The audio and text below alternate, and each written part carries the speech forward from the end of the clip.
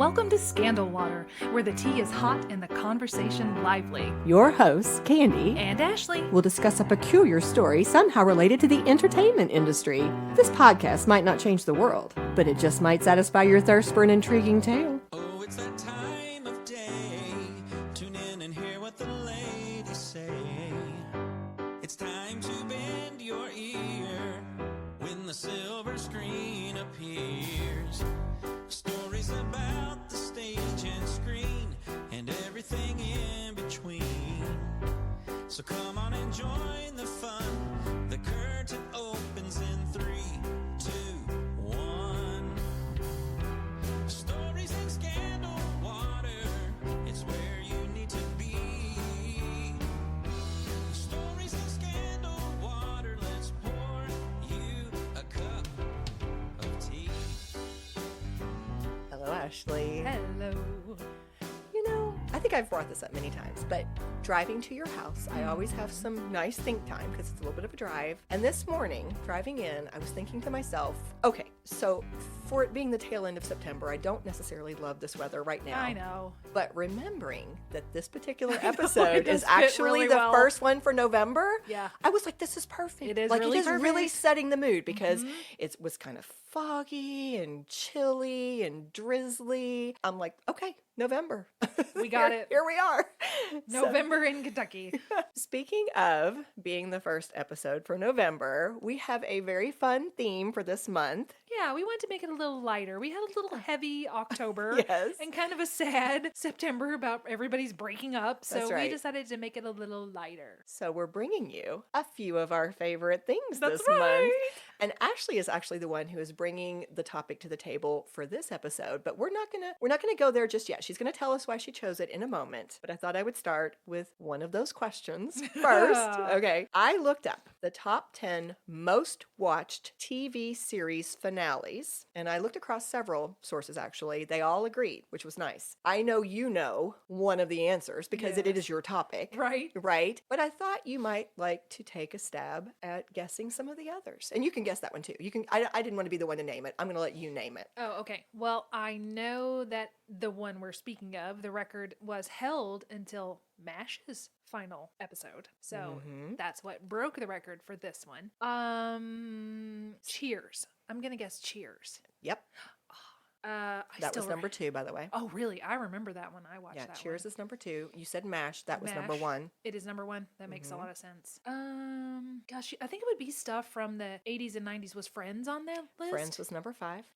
Let's see. And, well, the one that we're going to talk about today, Yes. The Fugitive. Yes. And what number was that? 3. Nice. Number 3. Right So I've behind MASH got- and Cheers. Okay, so we've got MASH, Cheers, The Fugitive. What'd you say Friends was? Number 5? 5. Give me a clue about number 4. Let's see if I can get number 4. Number 4 was also part of Must See TV. Seinfeld. Yes. Ah, Yes, you now have the top 5. I got the top 5. You want me to go ahead and tell you the Yeah, tell me the okay. rest of them. Number 6, Magnum PI. Ooh. 7, The Cosby Show. I was going to guess The 8, Cosby Show. All in the Family. 9, Family Ties. And 10, Home Improvement. Home Improvement. Interesting. I know. Huh. But as The we've said, Fugitive is the oldest one on that list. It absolutely is. And I believe it's the only one that's not a sitcom. You are right. It's the That's a only one drama. that's a drama. Well, would you consider MASH? Although, Well- that's the thing that irritated me about MASH is they had a laugh track. Like, that's Yeah. weird to me. It I would have wasn't. loved it. I would have enjoyed it way more if they hadn't had a laugh track. And maybe Yeah. they took that away in later seasons, but I was very put out. It Anyway, bothered you. that's You've aside- brought that that's- up before. I I know, remember I hearing know. you say that in a previous Like, episode. stop. This is not laugh I track never material. even thought about that. I but- do. Well, so that I thought that was interesting because, as we've said, The Fugitive stands out on that list, Mm-hmm. and it was a big deal. We're getting ready to talk a whole lot more about it, but first, I thought I would ask you, Why why did I pick did it? you pick this topic? Gosh. Okay, so I have a more in-depth answer for later. But thinking of where I was before we did this research, like, why do you love The Fugitive? And I even watched it with my mom a couple weeks ago, and I just rewatched it for this, and she had never seen it. And so, why do I love it? Every time you say The Fugitive to people, oh, I love that movie. And just to clarify, what you love is the 1993 remake Yes. of this original series Correct. that Sorry. showed This up is on our the- list. Yes. Okay. This is the film with Harrison Ford and Yes, Tommy Lee Jones. absolutely. So I think going into it, I just enjoyed the banter. Mm-hmm. I loved the way that Tommy Lee and his compadres talked to each other. Yes. I loved the train crash seen the excitement. So to me, it Yes. was a combination of this really good marriage of excitement and cute dialogue. You It had made the it watchable. humor Yeah. and the action. Yeah, Okay. that's it. Just like, Yeah. I love watching this. And you have loved it for 30 some years because I that's have. how old it is. It's 31 now. Because you know what? It came out in 1993, which is the greatest year of cinema, according to me.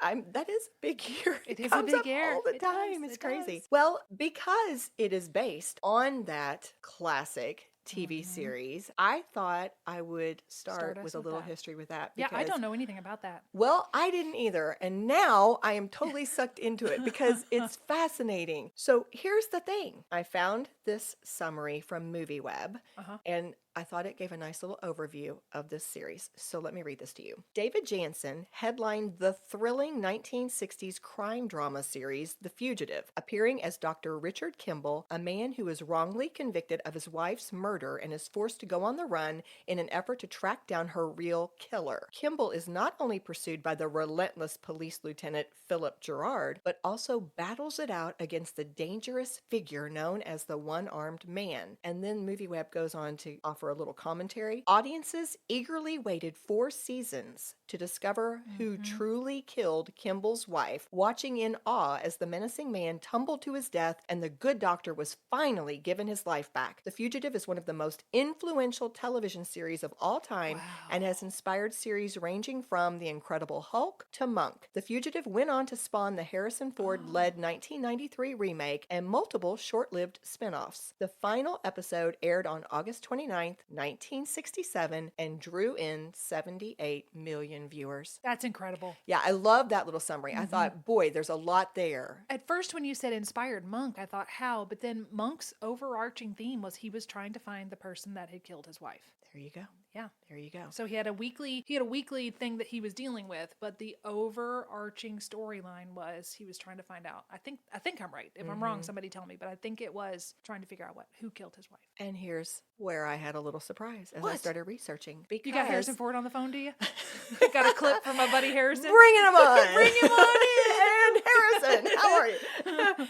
No, here's the thing. I was researching and it came up across multiple sources. A widely believed rumor is that the TV series The Fugitive was based on a real true crime event. Really? Yes. It happened in 1954. It involved a man named Sam Shepard who was accused of murdering his pregnant wife. Sam Shepard, wasn't he an actor that turned into a the playwright? same name, Oh, yes. okay. Not So the it's same not that guy, Not okay. that guy. No. One reason why people believe this rumor is likely because F. Lee Bailey, who many of you may remember from the O.J. Simpson case, straight up says it's true. Oh. According to an ABC News article, the famed defense lawyer F. Lee Bailey, who represented Shepard in court, said in his 1971 book, The Defense Never Rests, that, quote, more than 10 years later, the Shepard case would serve as a model for the popular television show The Fugitive. Wow. Decades later, F. Lee Bailey reportedly also said that former film producer and studio executive Dan Melnick admitted to him that Shepard was the inspiration for The Fugitive. So I'm going to give you a brief summary of the case. Yes, please do. Yes. So here's what happened. I went down this whole little You rabbit trail. did. I This is did. very exciting. On July 3rd, 1954, reportedly an intruder entered Sam Shepard's home,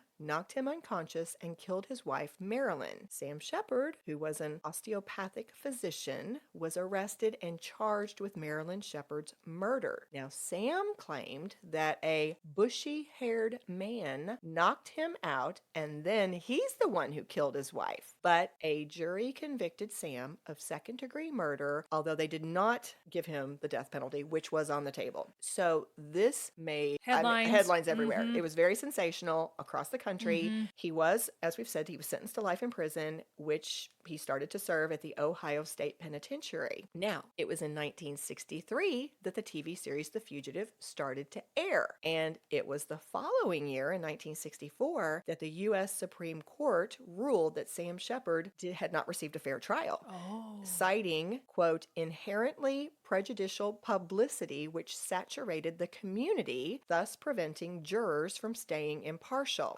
Okay, so they had appealed and it had gone all the way to the Supreme Court. Okay, now, because of this ruling, Sam Shepard was now granted a new trial. But F. Lee Bailey, given the little backstory, said that in this second trial, which did not take place until 1966, he noticed, as Sam's defense lawyer now, because he was not his defense lawyer in the original one. Right, yeah. He said it was pretty obvious that a lot of the evidence that was used in the first trial wasn't good anyway, but he said that an unexpected factor actually worked in their favor. The TV show? The TV show. Oh. Here's what he said about it. At the time we picked the jury in the 1966 trial, everybody was watching The Fugitive. And the jury knew he was innocent, meaning Richard Kimble in The Fugitive. Right. I had a jury that really did have the presumption of innocence at the forefront. And I think 8 of them told me after the fact that they watched The Fugitive. Oh. Okay, but it sounded like, based on the way it was phrased in the article, that the prosecution had never picked up on this. I was going to say, the prosecution No. would have to go, no. No, they never addressed it. They never Wow. realized that this was going to be super helpful to Sam. Yeah. And so the jury declared Sam Shepard not guilty, and he was released from jail. Wow. Yeah. So it was art imitating life, imitating art?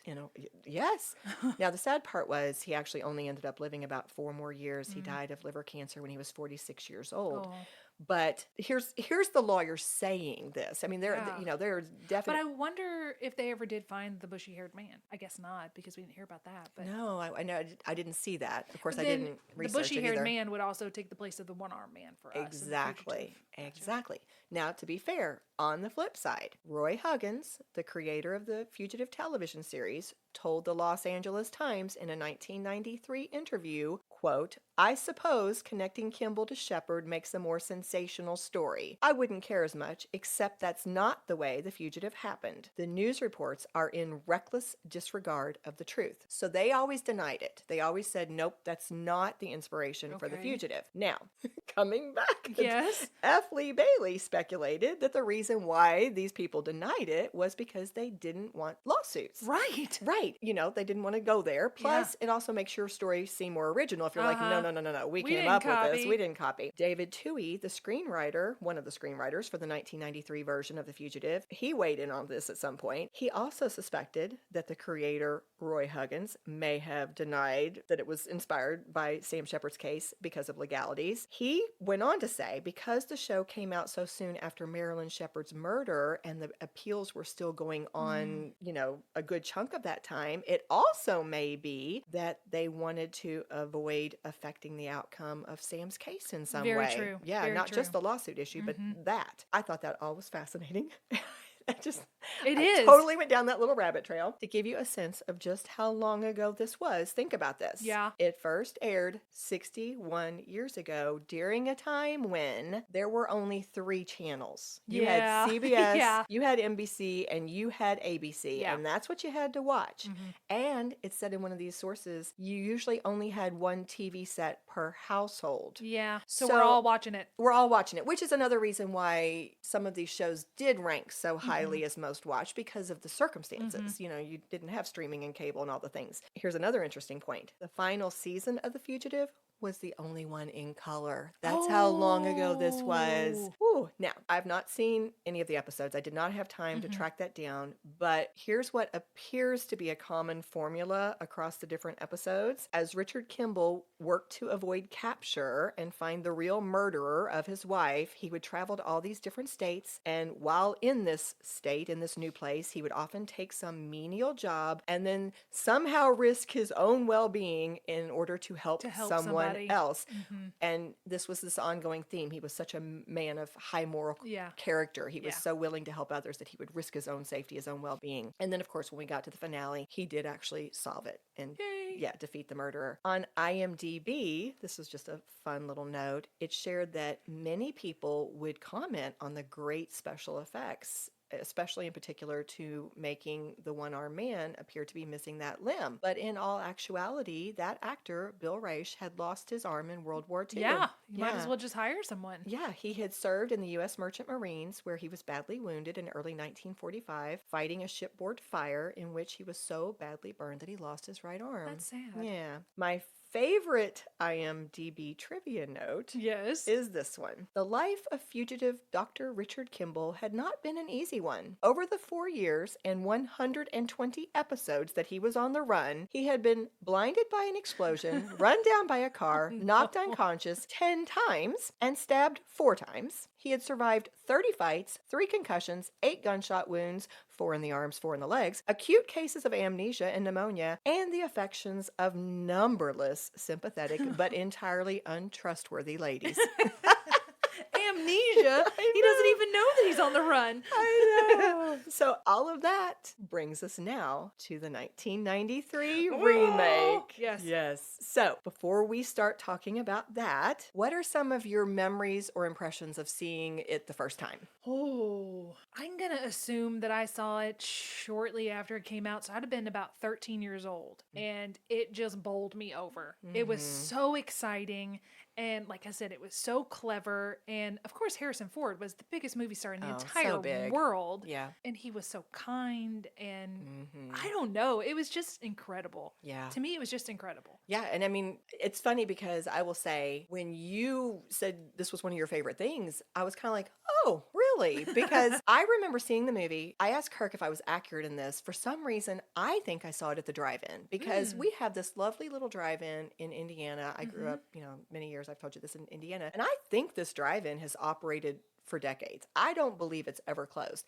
But long story short, I think I saw this movie at the drive-in, and I think in a way it actually worked against my enjoyment. Like, I remember thinking, oh, that was a really good movie, but I think I had distractions because I was in a car watching it. And so I was like, oh, okay, I remember it was a good movie, but I don't remember thinking it was. You don't go to the drive-in to watch something that needs thinking. You go to the drive-in to watch, and you need to think to watch the future. You need to be immersed in it. It is so fast-paced and so fast-moving. So I enjoyed my rewatch because it was. Is that the only other time you've watched it? Yeah. Oh, wow. Yeah. When I took it to my mom's to watch, I had the DVD of it, and it's 40 minutes left in the thing. It starts skipping and not playing because I had played it so much. I had to buy it on Amazon at her house so we could finish watching it. Oh, that's funny. Yeah. But it was nice for me because you know how it is. I mean, if you're going to analyze something, you are watching on a very different level. Oh, yeah. So not only had I not seen it in decades, but I'm also analyzing it, watching it so carefully, which made me appreciate things that I wouldn't have paid attention to the first time anyway. Yeah. So I'm excited to talk about this. It really is an excellent movie. It is. Yeah, and I will just to share this. I asked Kirk. I was like, "Hey, do you remember seeing The Fugitive for the first time?" And he was like, "Yes, Kirk." That's right, Kirk. That's right. And I was like, "Oh," I said, "You seem kind of excited about that. Like, why did you react that way?" And he goes, "I remember that was my first time ever registering Tommy Lee Jones." Yes. He said, "I was like, who is this actor? He is so good. He is so good." Yeah. So that was his big takeaway. Was like, wow, Tommy Lee Jones. This guy's good. I wanted to put a poll up and go, or put a joke out and go, what is Tommy Lee Jones's best film and why is it The Fugitive? Because it is The Fugitive. We all know it's The Fugitive. I mean, you might think it's Men in Black, but it's The Fugitive. Well, and you know what? Okay, we should do a whole Tommy Lee Jones thing because he was great in Coal Miner's Daughter. I have never seen that. What? Right? I've never seen it. I know. Okay, that's wrong. We'll have to do an episode on it and make me watch it. All right. Well, so let's talk a little bit about the 1993 I got to Fugitive calm down. remake. To calm down. I'm feeling like, whew. All right. Take a so breath, excited. Ashley. Take a breath. I'm all right. All right. From People, here is a very brief summary of the movie. Based on the long-running television... goes on run. Not quite that brief, but okay.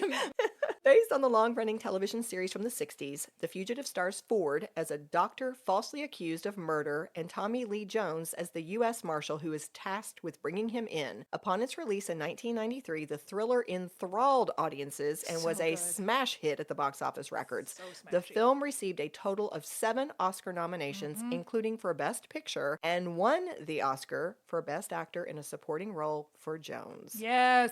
So, spoiler alert from the very beginning, it's 31 years ago, but we'll just go ahead and say it did really, really well. It was so good. It was critically acclaimed. People complimented everything from the direction to the acting to all of it. This was a very, very successful movie. So here's how it all started. And here's the thing, Ashley, I know you've got background, so I'll be sharing things. You chime in Sure. at any point because I know you've got things you want to got share. notes. Yeah. A few other actors were actually considered for the lead role of Dr. Richard Kimble before Harrison Ford. Some of those included Alec Baldwin, Nope. Nick Nolte, Nope. Kevin Costner, and Michael Douglas. None of them are right. None of them. No. I mean, No. like, you read them and you're like, what? Nope. Yeah. But when Harrison Ford signed on to take that part, from that point on, there was a bit of a domino effect. Harrison Ford affected this movie in so many ways. Yes. Like, he was integral. Yes. So, yes. So I found an interview with director Andrew Davis that was published last year in conjunction with the 30th anniversary of this remake. And in fact, I'll go ahead and say this now. There were 2 or 3 fantastic articles that were published in conjunction with the 30th anniversary. This is one of them, but another one, I think it was Rolling Stone, who brought all the key players, That's except so cool. Harrison. They couldn't get Harrison, but they brought all these key players into the room, and it was quote after quote of them chiming in to talk about this. This is so cool. So I'll just go ahead and credit those 2 sources up front, but a lot of this information is straight from the horse's mouth. And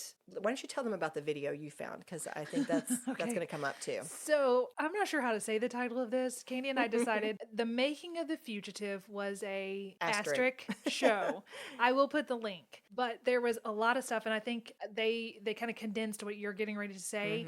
And one point that they brought up, I don't know if you've got this, but one point they brought up early in this video was that the early 90s were a real plethora of TV series adaptations. Yeah. It was huge. The Addams Family, Wayne's World, you had a lot of those things. So that's kind of why I was like, oh, it's ripe for The Fugitive because it was such a popular TV series. Yeah, absolutely. But anyway, I'll be chiming in with a few of tidbits here and there. Oh, absolutely. Yes. Well, one of the things that the director, Andrew Davis, shared was how he fell into getting the job. And he said, Bruce Berman, the head of production of Warner at the time, called and he said, congratulations. Harrison saw Under Siege over the weekend. He wants to talk to you about directing The Fugitive. Because he had director approval in his contract. Yeah. So here he is. I mean, once Harrison came on board, now we have the director because of Harrison. Do you have the timeline because of Harrison as well? Go ahead. I don't know what you mean. Okay. So this, for a person who has made quote unquote movies for good or for worse, they only had Harrison for a short amount of time. And I was just bowled over by the fact that they started pre-production in January and they had a release date of August of that same year.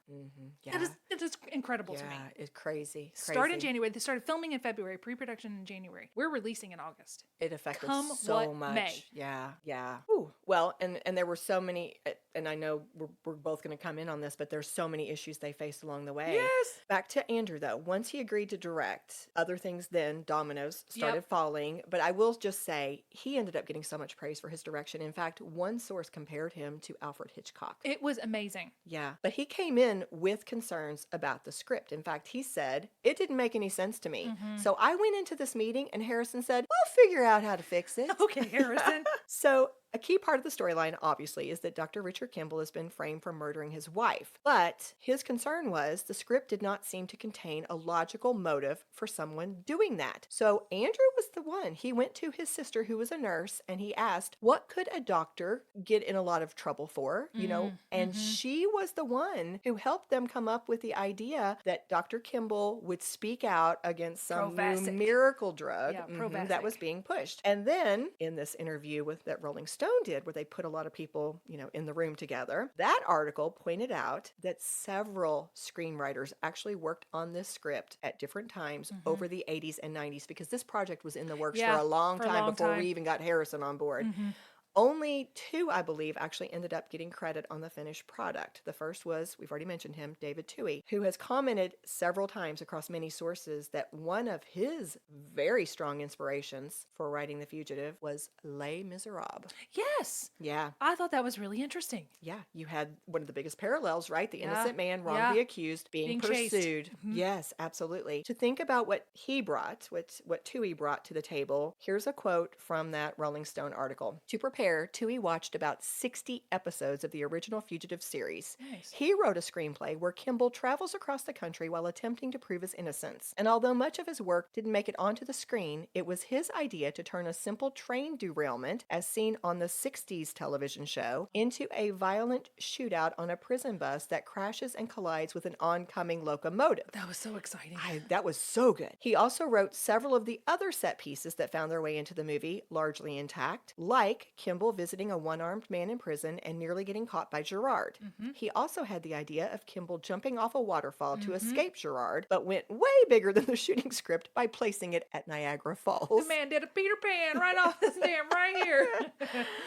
So his version would have involved a coal mine, a romantic subplot for Richard Kimble. I hate that. Yeah, and a monster of a father-in-law who abused his 2 daughters. No. Okay. But at some point, David was removed from the project and replaced by Jeb Stewart, who we all remember Woo, from woo, Die Hard. Yeah. Which is a Christmas movie. I will die on that hill. We will never agree on that. Jeb never even talked to David, and he commented that actually a lot of the script versions he saw came from some other script writers. And basically, though, the pattern seemed to be that those scripts had Richard Kimble crossing the world, which he did not think worked well for this particular movie remake. He commented, I felt like Kimble had to solve a problem and be proactive. To me, that problem was really simple. I didn't kill my wife, and nobody believes me. Right. And the only way you can figure out what actually happened is to go back into the belly of the beast, which in my telling of the story was going to be Chicago. So smart. Jeb said another key change he made was changing Gerard from the villain, because he was actually the bad guy in a lot of the original scripts, into this man who really wanted to do a good job. He would relentlessly pursue Kimble, but he was also a thinking man who would pause to ask, why would this guy come back to this area? Yep. He's just a good man who's good at his job. So, as we've already alluded, Jeb was still working on the script when they realized they had to start filming because, as you've said, Harrison had that very limited window of availability. The marketing campaign was already going, and they had the hard deadline for when the movie would release. And so, following up on what you said earlier, one of the IMDb trivia notes said the film was shot in 73 days and had one of the fastest turnaround post-production schedules ever, as the film was pushed up to a release date in August of 1993. This is incredible. That's also why they chose Chicago, because both Harrison and I think the director were the director's from Chicago. From there, and they wouldn't need to location scout. So that saves time. Absolutely, not having to build things. And so as we've seen with Jaws and other movies, Jeb had it reminded me of Jaws. It totally did. Yeah. He had that challenging job of revising and creating scenes during filming. Here you go. That's why they filmed mostly in order, so he could stay ahead. They did. Yes, they did. But that's also why, I know this is something we want to talk about, that's also why there was more improvising than you would expect on such a big budget movie. This is the thing that shocked me the most, I think, researching this. Yeah. Well, and it's funny because in that Rolling Stone interview, they all disagreed a bit about how much improvisation there was. Tommy Lee Jones didn't remember that there was that much improvising. Oh, the video I saw, they showed the script versus what they're saying on screen. Why don't you tell us what you saw in the video, and then I'll tell you what some of the things they said. Let me see. Let me find it. Okay, so here's what I took down from the video. It says the screenwriter knew where a scene needed to begin and where it needed to end, and the rest was up for improv. According to multiple cast and crew members, 70% ended up being improv by the actors. Tommy Lee knew his character and his fellow marshals could be throwaway one-note placeholders, so he especially encouraged ad-libbing to make their characters more fun to watch. And they're saying Tommy Lee is the one that told his co-actors, let's make us more interesting. And it sounds like maybe they would have agreed with part of that. I don't think, based on what they said in this Rolling Stone interview, I don't think it would have been remotely close to 70-something%. That's what this video said. They agreed that they had their plot points, they had their basic elements, but then it sounded like Jeb would hand them a script, and a lot of times Harrison or the director or some of the actors would then be like, I don't like the way this is phrased. They started tweaking. So I don't know if that's improvising or revising. It might be revising. But I think they revised a lot, and then in the moment there was also some improvising, especially as you said, Tommy Lee Jones, they said, was so quick. He was so clever, and so he might turn and say, I'm going to make a little joke here about, or we're going to do this. And so some of it was improvising, but it sounded to me like a lot of it was revising. Like here's this page, these pages just came out. Here's what we're really going to say. Here's where we're going to change it. What's the lady, Jane Lynch? Jane Lynch, she talked about that her and Harrison worked, she said, we reworked the scene because Harrison said, I don't like the way this is written. That happened a lot. And so we worked it out. You say this, I'll do this. And she said, Harrison goes in and tells the guys, we're going to do it this way. And they're like, okay. Yeah, it sounded like Harrison had a lot of control during this film, and the director said he changed a lot too. But that's the feel I got. Celia Ward gave the same quote about Harrison telling her, I don't like how this is phrased. how do Let's we work want to it do out. it? Yep. How do we want to do it? Now, this was a point. It's so funny. Even the people who are involved sometimes don't have the same memory. Yeah. A lot of sources say that Tommy Lee Jones actually improvised the famous line, "I don't care," which is midway through the movie in response to Richard Kimble saying, "I didn't kill my wife." But according to Jeb Stewart, that is not true. In the interview with Rolling Stone, he said, "I was on set that day. Tommy did not want to say, 'I don't care,' but he needed to tell the audience he does not care if the guy's innocent or guilty. It was freezing cold. The water's running through. Harrison had been such a trooper. He's standing there in this opening, which has a jump of about 4 feet to a mattress. We're all freezing. And Tommy keeps saying, 'No, I don't like that line. It doesn't work.' And we had 'I don't care' in the script, but he kept trying others. And so after a while, I just said, 'Why don't you just try 'I don't care'?" And once he did it, Andy Davis said, "That's it, wrap." Yeah, let's go. So his version Yeah. was different than other people. And I saw in that video where there was more. It was "I don't care," another sentence or two, and it just got shortened to "I don't care." Yeah. Which I think is a really important sentence. Oh, yeah, because it comes back later. It comes back later, and he doesn't care. Right. It's not up to him whether you did or didn't, and that goes back to the "I'm not a bad guy. I just have a job to do. Right, I just right. got to bring you in, man, and somebody else is going to decide whether you did or didn't do this. It doesn't matter to me." Yeah, That's my opinion. That was a character development moment. Yeah. So that ongoing writing and revising process is also the reason why Julianne Moore's name is featured Yes. prominently Oh, in the credits. Can I say, I was on the rewatch, I was just like, what? Celia Ward? We have Harrison Ford, Tommy Lee Jones, Celia Ward, Julianne Moore. You're like, what? What? And above all of his Right. cohorts, like what? But she was supposed to have a much bigger role. Mm-hmm. I just don't believe in that. I feel like you put the credits where they belong, you know? Well, I think it was because of their fast turnaround. They didn't have a chance to fix it because here's what happened. Jeb Stewart said there was a mandate from the studio Yep. that said there had to be a love interest. And even though he said to these people, and I think other people had chimed in as well, saying, this guy's supposed to be grief-stricken. Yes. He's supposed to be dedicated to finding the man who murdered his wife. We don't want can't. this love interest. And they were like, no, because I guess that was part of the formula. We're going to get more people interested if we Yeah. have a love interest for Harrison. It would have ruined it. So they were going on with this. He was actually supposed to have an encounter with Julianne Moore's character at the hospital, somehow end up back at her apartment where there would have been Harrison in a shower because we Right. needed Harrison in a Right. shower apparently, and a romantic encounter. They were plowing ahead with this. 3 days into filming is when the producer, Peter McGregor Scott, said they're like moving on, and he's like, oh no, we can't do this. We can't. You just can't.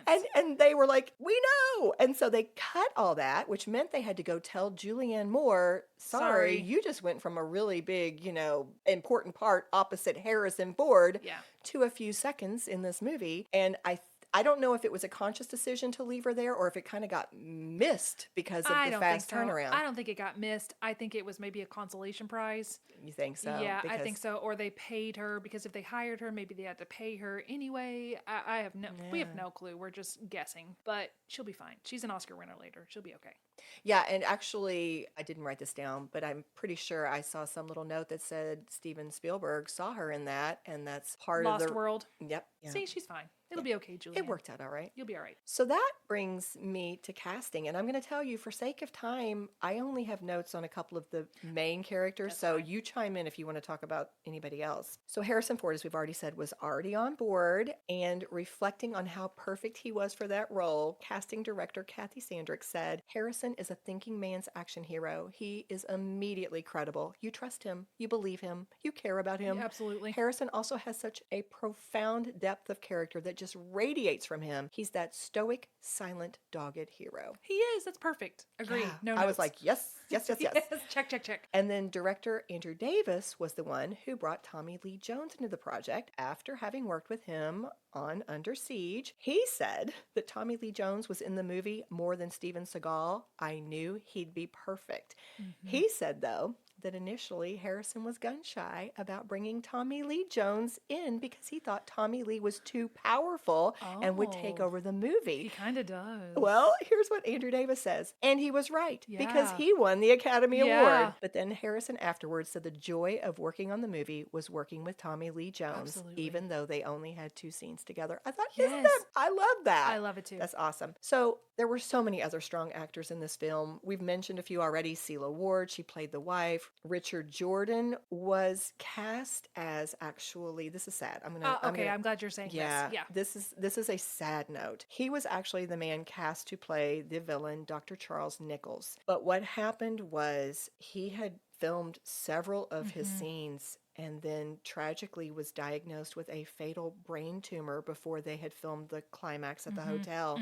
So they had to quickly hire a new actor, the man you see in the film. Do you know how to say his name? Yes, this was also in the video that I saw. It said that his name is Yaron Crevet, Okay, yes. and he was given a 12-hour notice. He was an actor from Holland. He got on a flight, flew there, shook hands with Harrison, and then was handed the script. Yeah, they said he was really nervous. And he had to reshoot all the scenes involving that character, Right. Charles Nichols, and also prepare for the big fight at Yep. the end. And they mentioned one of the challenges was trying to get Harrison's beard to match what it looked like What it back looked at like. that point, because it was real in the beginning and he Right. had shaved it off. But now they had to try to recreate that. Sadly, oh my gosh, this is so sad. Richard Jordan actually passed away just weeks after the Yeah. movie was released. Yeah, I saw that too. But a few of the other actors, Andreas Katsoulas played Frederick Sykes, the famous one-armed man. Joey Pantaleone. Who's from the Goonies? Oh, okay. He was in the Goonies. Oh, I didn't even. He's one of the Fratelli brothers. Well, he played Cosmo. Who? love Cosmo. Did you hear the little story about him? I don't know what. He was supposed to die. Oh, he was? Oh yeah, in the big showdown near the end. Oh, when he gets hit? He gets hit in the head. Oh. And it was really cute. He's supposed to be dead. But while they're filming it, he kept kind of wriggling around, moving around. And Harrison was getting a little annoyed. And he said, "What are you still moving for?" And this is from the director. He remembers Joey answering, "I want to be alive for the sequel." And Harrison Ford, this is all from the director, Harrison said, "Well, there ain't going to be a sequel because I'm not doing it." And Joey responded, "That's all right. We'll get another $20 million jerk to chase around for the sequel." And they Harrison did. just started laughing. And they did. He They was did. in the U.S. Marshal sequel. He was. Okay. That's funny. There you go. There were so many other wonderful actors, but for sake of time, Yeah. I'm going to stop there. Is there anybody else you want to mention? No, obviously, yes. I want to give all of them a shout out. They're just so wonderful. They work so well together. What I do want to say before we talk about the film itself is that this, as a person who edits this also, I was just in awe. It said that director Andrew Davis had 10 weeks to edit the entire film in crazy. analog years. So they had 6 editors working 7 editing bays with 16 assistants working over 14-hour days for 6 days a week. Crazy. And the first cut was over 3 hours, which I would like to see, please. I would Could you watch please that. share that? I would like to watch that. Yeah.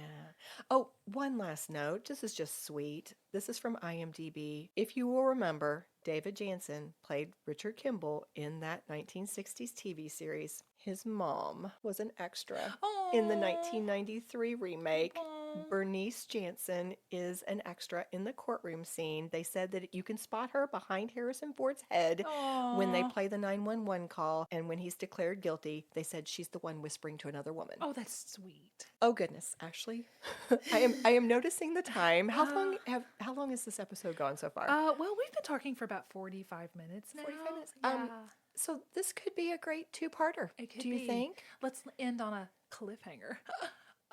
You know what? How about this? How about we end? It looks like this might be the end of episode 1. Yeah. How about we end with a quote from Andrew Davis? Oh, I'd love it. Okay. This is what he said as to why he thinks The Fugitive has remained such a strong and much appreciated film after 3 decades. You really care about the story. You have great empathy for Harrison Ford. And then there's this bulldog force of nature, Tommy Lee Jones, who doesn't care whether Ford's innocent or not. It's Les Miserables. That's the heart of it. And there's a reality to it, which I try to have in all my movies. Way to go, Andrew. You succeeded beyond your wildest imagination. He certainly did. So let me just tell you guys, since we are wrapping this up, you said it was successful. It was #1 at the box office for 6 weeks, which was unheard of back then, Right. especially for kind of a drama. It was filmed on a budget of $44 million. It grossed $183 million domestic, $353 million worldwide, and it currently has a 96% rating on Rotten Tomatoes. To this day, you mean? Yeah. That's awesome. Yeah. Well, they didn't have Rotten Tomatoes back then. Oh, that's a good You point. know?